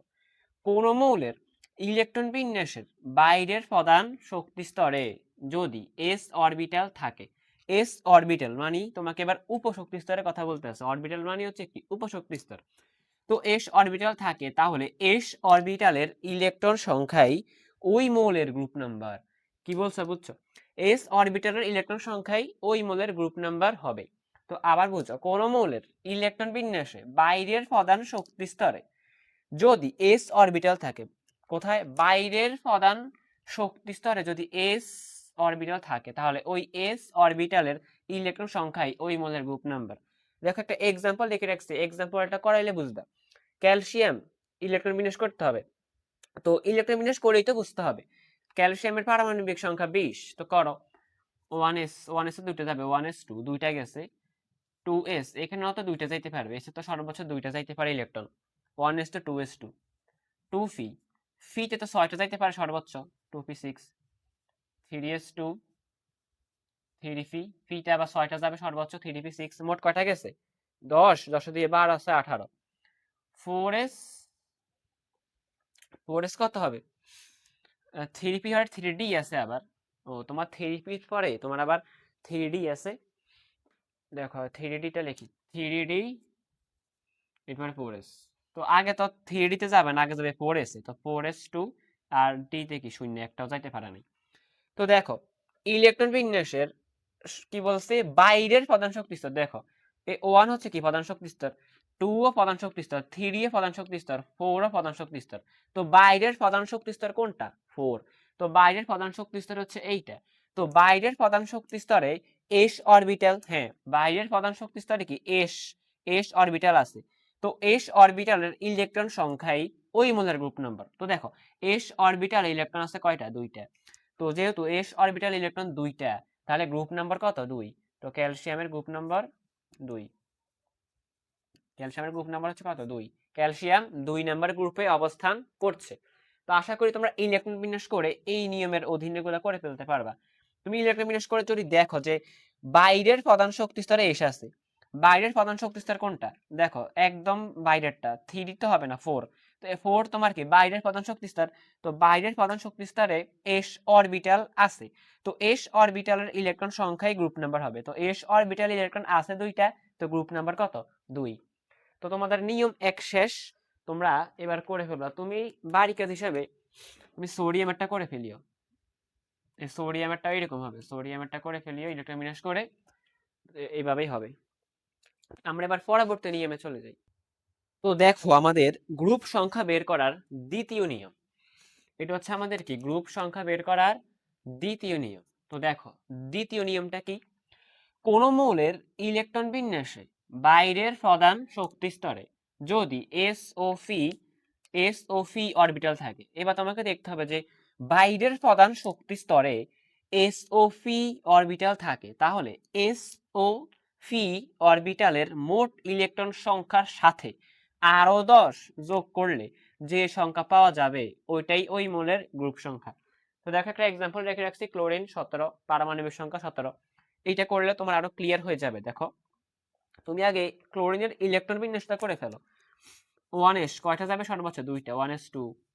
আর ইলেকট্রন বিন্যাস যদি না পারো তো কমেন্টে লেখো যে ভাই ইলেকট্রন বিন্যাসটা ওটা বুঝি না, তো আমি ইলেকট্রন বিন্যাসের উপর একটা ভিডিও দিয়ে দিব। আর ইলেকট্রন বিন্যাস তোমার 3য় অধ্যায় আছে, তো 3য় অধ্যায়ের ক্লাসটা আমরা এই চ্যানেলে আপলোড দিয়েছি, তো এটা করে ফেলতে পারো। দেখো 1s2 2s2, এরপরে কি 2p, 2p তে যাবে 6টা, 2p6। তারপরে 3s2, মোট কটা গেছে 17টার মধ্যে 2 2 4 আর 6 10, 10 দিয়ে 12টা চলে গেছে। এবার 3 ফি 12টা মোট গেছে, আর আসছে কটা বাকি? 5টা। ফি নিতে পারে সর্বোচ্চ 6টা, তো 5টা তো চাইতে পারবেই, তো গেছে। এটাই ইলেকট্রন বিন্যাস। এখন বলছে বাইরের প্রধান শক্তি স্তরে, বাইরের প্রধান শক্তি স্তরে যদি এসওপি, যদি এসওপি দেখো বাইরের প্রধান শক্তি স্তর হচ্ছে কি তোমার 3, তো বাইরের প্রধান শক্তি স্তরে এসও আছে আবার ফিও আছে। তো এসওপি যদি থাকে তাহলে এসওপি অরবিটালের মোট ইলেকট্রন সংখ্যা, তো এসওপি অরবিটালের মোট ইলেকট্রন কয়টা দেখো, এস এর 2টা প্লাস ফি এর 5টা, মোট কয়টা, মোট 7টা। তো বলছে এসওপি এর মোট ইলেকট্রন সংখ্যার সাথে আরো 10 যোগ করলে তুমি গ্রুপ সংখ্যা পাবা। তো মোট ইলেকট্রন 7টা লগে আরো 10 যোগ করো, কয়টা হয়েছে, 17টা, 17। তাহলে ওই সংখ্যাই কি ওই মৌলের গ্রুপ নাম্বার। তাহলে ক্লোরিনের গ্রুপ সংখ্যা কত, 17। তাহলে ক্লোরিনের গ্রুপ সংখ্যা তোমার 17। ক্লোরিন তোমার পর্যায় সারণীর 17 নাম্বার গ্রুপে অবস্থান করতেছে।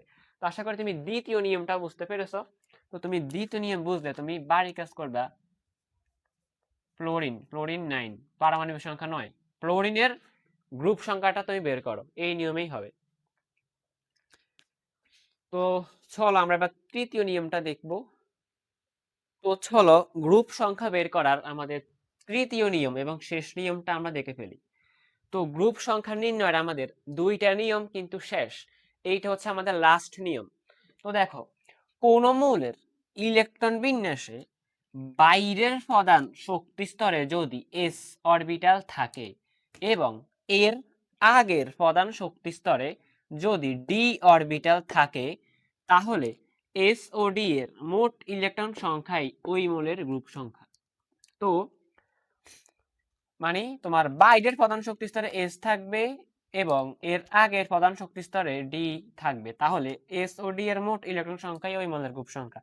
তো এক্সাম্পল হিসেবে আমরা রাখছি টাইটানিয়াম 22 নাম্বার মৌলটা, 22টা প্রোটন আছে। তো দেখো 22টা ইলেকট্রন আছে। তো দেখো এটা ইলেকট্রন বিন্যাস করো 1s2, 2s2, 2p, p তে 6টা যাবে, 2p6, 3s, s এ 2টা যায়, 3s2, 3p, p তে 6টা যায়, 3p6, 3p6, 3d ও তো আছে আবার 4s, তো 4s কত, 4s2, তো মোট কয়টা গেছে, 2 2 4 6 10, 10 2 12, 6 18, 2 20, তো d তো যাবে কয়টা, 2টা। তো কি বলছে, বাইরের প্রধান শক্তি স্তরে যদি s থাকে, দেখো বাইরের প্রধান শক্তি স্তর হচ্ছে কি তোমার 4s, বাইরের প্রধান শক্তি স্তর কি তোমার 4। তো বাইরের প্রধান শক্তি স্তর s আছে, হ্যাঁ আছে। বাইরের প্রধান শক্তি স্তরে যদি s অরবিটাল থাকে এবং এর আগের প্রধান শক্তি স্তর, তো এটার আগের প্রধান শক্তি স্তর কি 3, তো আগের প্রধান শক্তি স্তরে আবার d অরবিটাল থাকে, দেখো আগের প্রধান শক্তি স্তরে আবার d অরবিটাল আছে, তাহলে s ও d এর মোট ইলেকট্রন সংখ্যাই ওই মৌলের গ্রুপ সংখ্যা। তো s ও d মিলাই মোট কয়টা ইলেকট্রন আছে, 2টা 2টা 4টা, তো 4টি ইলেকট্রন আছে s ও d মিলিয়ে, s ও d মিলাই মোট কয়টা ইলেকট্রন আছে, 4টি। সুতরাং টাইটানিয়ামের গ্রুপ সংখ্যা হবে কত, গ্রুপ সংখ্যা হবে 4, অর্থাৎ টাইটানিয়াম পর্যায় সারণীর চতুর্থ গ্রুপে অবস্থান করছে। তো আশা করি তোমরা পর্যায় সংখ্যা নির্ণয় করার যে নিয়মটা এবং গ্রুপ সংখ্যা নির্ণয় করার 3টা নিয়মই তুমি বুঝতে পেরেছ। তো চলো এবার আমরা একটা কোশ্চেন করে ফেলি, এরপর আমরা বোর্ড কোশ্চেনগুলো করে ফেলবো। তো আমরা একটা কোশ্চেন নরমালি করি, দেখো কোশ্চেনটা তোমাকে দেখাই। মনে করো ক্যালসিয়াম, ক্যালসিয়ামের আর ফ্লোরিনেটটা আমরা করি, ক্যালসিয়াম, ক্যালসিয়াম তোমাকে বলছে কোশ্চেন, এটা একটা কোশ্চেন, ক্যালসিয়ামের পর্যায় সারণীতে অবস্থান বের করো, ক্যালসিয়ামের পর্যায় সারণীতে অবস্থান বের করো। তাহলে ক্যালসিয়ামের অবস্থান পর্যায় সারণীর কোথায় ওইটা তোমাকে বের করতে বলছে। তো তুমি এখন এইটা কিভাবে বের করবা, দেখো ক্যালসিয়ামের অবস্থান পর্যায় সারণীর কোথায়, তো যখন তোমাকে পর্যায় সারণীতে অবস্থান বের করতে বলবে তখন তোমাকে বুঝতে হবে যে পর্যায় সংখ্যা এবং গ্রুপ সংখ্যাই বের করতে হবে। তুমি ফার্স্টে ক্যালসিয়ামের পর্যায় বের করো। তো পর্যায় বের করতে হলে তো তোমাকে ক্যালসিয়ামের ইলেকট্রন বিন্যাস করতে হবে। ক্যালসিয়ামের ইলেকট্রন কয়টা আছে, 20টা। তো দেখো 1s2, 2s2, 2p6, 3s2, 3p6, আবার 3d আছে, তো 3d তো খালি, সমস্যা নাই, 3d 4s। তো আগে তো ইলেকট্রন যাবে কোথায়, 4s এ। তো 3p পরে 4s এ যাবে, তো 4s2 মোট কয়টা হয়েছে? 2 2 4টা, 6টা 10টা, 10 2 12টা, 12 6 18, 18 2 20। তো ক্যালসিয়ামের ইলেকট্রন আছে 20টা, তো 20টা ইলেকট্রন দেওয়া শেষ, তো এখানে শূন্য। তো দেখো পর্যায় নাম্বার বের করতেছে, আমরা জানি কি কোন মূলের ইলেকট্রন বিন্যাসে বাইরের প্রধান শক্তিস্তর নম্বরই ওই মূলের পর্যায় নম্বর। দেখো বাইরের প্রধান শক্তিস্তর হচ্ছে কি 4, বাইরের প্রধান শক্তিস্তর হলো 4, তো বাইরের প্রধান শক্তিস্তর 4, তাহলে ক্যালসিয়ামের পর্যায় হচ্ছে কি 4 নাম্বার পর্যায়। ক্যালসিয়ামের পর্যায় হলো চতুর্থ পর্যায়, বাইরের পর্যায় নাম্বার হলো কি 4। এবার আমরা ক্যালসিয়ামের গ্রুপ নাম্বার বের করব। তো পাঁচটে তুমি পর্যায় নাম্বার বের করছো, এবার গ্রুপ নাম্বার বের করবা। তো ক্যালসিয়ামের গ্রুপ নাম্বার আবার ইলেকট্রন বিন্যাস তো করাই আছে, তো আবার করে নিবে পরীক্ষাতে, আবার করে নিবে। তো আমি এখান থেকে বলে দিতেছি এখন। তো দেখো যদি বাইরের শক্তি স্তরে কি থাকে, বাইরের প্রধান শক্তি স্তরে এস থাকে, বাইরের প্রধান শক্তি স্তরে তোমার কি থাকে এস, এস থাকে, তাহলে ওই এস অরবিটালের ইলেকট্রন সংখ্যাই ওই মোলের গ্রুপ নাম্বার। তো বাইরের প্রধান শক্তি স্তরে এস আছে, তো 3d তো শূন্য, 3d কত শূন্য, তো এটা তো না লিখলো চলতো, তো লিখলো সমস্যা নেই। তো বাইরের প্রধান শক্তি স্তর হচ্ছে 4s, তো বাইরের প্রধান শক্তি স্তর যদি এস থাকে, এটা তোমার নিয়ম 1, এটা তোমার গ্রুপ নাম্বার বের করার কি নিয়ম 1।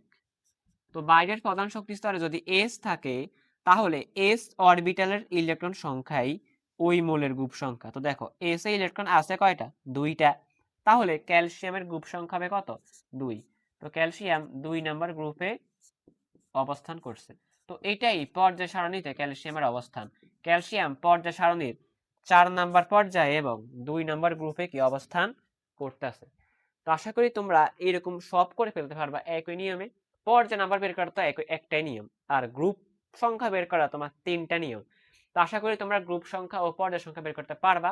তো চলো এবার আমরা বোর্ড কোশ্চেন সলভ করে ফেলি। দেখো এইবার আমাদের সৃজনশীল প্রশ্ন সমাধানের পার্টটা চলে এসেছে। রাজশাহী বোর্ড 21-এর সিকিউটা আমরা সলভ করে ফেলি। দেখো তোমার গ্রুপ নাম্বার পর্যায় নাম্বার নির্ণয়ের একটা সৃজনশীল প্রশ্ন। দেখো বেরিলিয়াম ম্যাগনেসিয়াম নিচে আছে এক্স, আবার স্কন্ডিয়াম, একদিকে ম্যাগনেসিয়াম পর আছে অ্যালুমিনিয়াম, এরপর ওয়াই, এরপর জেড, এরপর এস।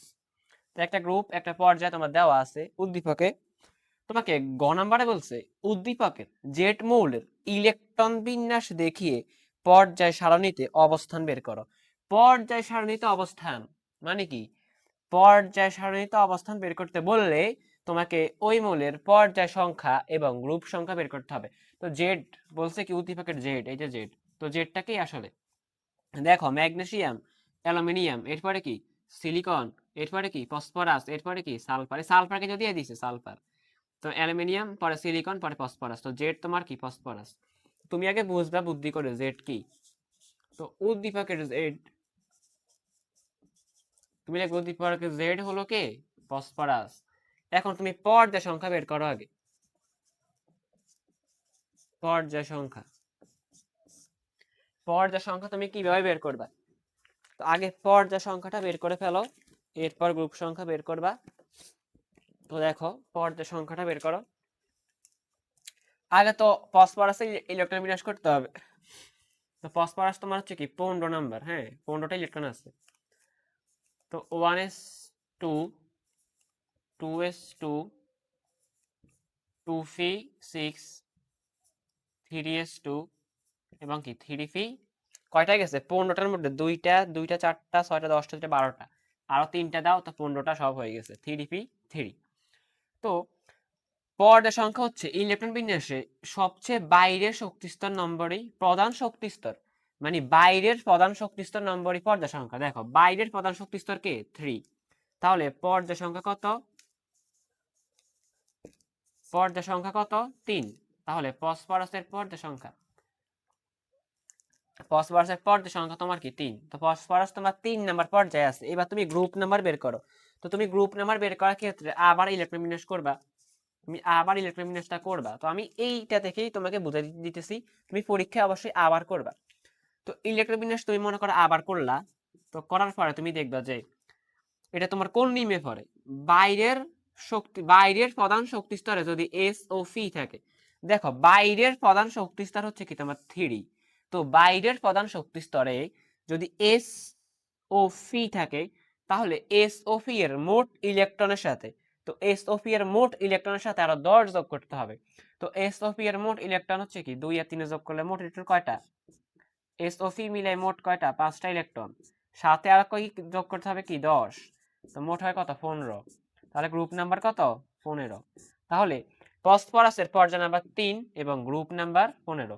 তো তুমি বলবা ফসফরাস মৌলটি উদ্দীপকে জেড অর্থাৎ ফসফরাস পর্যায় সারণীর 3 নাম্বার পর্যায়ে এবং 15 নাম্বার গ্রুপে অবস্থান করছে। তো এইভাবে তুমি এটার থেকে আরো বোর্ড কোশ্চেন আসছে, তুমি ওইগুলো করে ফেলবা এবং প্রথম ক্লাসটি অবশ্যই করবা। তো এইটা ছিল আমাদের পর্যায় সারণীর ওয়ান শট ক্লাস। প্রথম ক্লাসটি ছিল মাত্র 1 ঘন্টার, এই ক্লাসটি মাত্র তোমার হয়তো 22-23 মিনিট।